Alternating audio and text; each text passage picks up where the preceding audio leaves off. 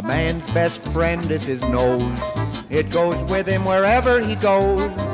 You may lose your home, your money and your clothes, but you can always hold on to your nose. Some noses are built kinda lumpy. My nose is built with a slant, but I really don't mind it. I stand right behind it. It's my own air conditioning plant. Sweetest little smeller, everybody blows. I call him proboscis, 'cause he's mighty like a nose.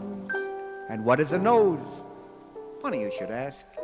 A nose is a mountain in the middle of your map. You notice you have an eye on each side of the bridge of your nose. That's in case the eyes want to cross. That's what the bridge is for. I have a little mark right on the bridge of my nose, and everybody thinks it's from wearing glasses. I don't wear glasses. It really dates back to Prohibition. That mark is from drinking home brew out of fruit jars. Remember? You know, it seems that long noses run in my family. My Aunt Sadie had what they call a button nose. That was the trouble. It buttoned to her chin. And my Uncle Cedric had the biggest nose you've ever seen. He used to use a bedsheet for a handkerchief. I think his nose was born and his body grew on. It wasn't only long, it was wide. My aunt said when she kissed him, it was like driving into a two-car garage. His nose was so big, he was the only guy in town who could smoke a cigar under the shower. Took a trip to Europe once, stuck his head out the porthole and turned the boat around.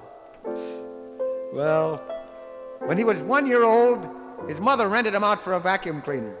People used to put him face down on the rug and have him inhale, but they had to cut that out too. He started inhaling the rugs. And when he went to college, he was quite a boy. All the other kids had their noses buried in their books.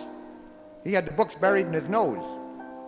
He was quite an athlete too, but he got into trouble on account of his nose. One day he was running down a football field, tripped, landed on his nose, and pole vaulted 87 feet. I cleaned that up from an old honeymoon joke. Then he joined the army, and it was very lucky for us, because during an important battle, suddenly they discovered they had no cannons left, only cannonballs. And luckily, Uncle Cedric had hay fever, so they stuffed his nose with cannonballs, pointed him at the enemy, tickled him with ragweed, he sneezed and won the war.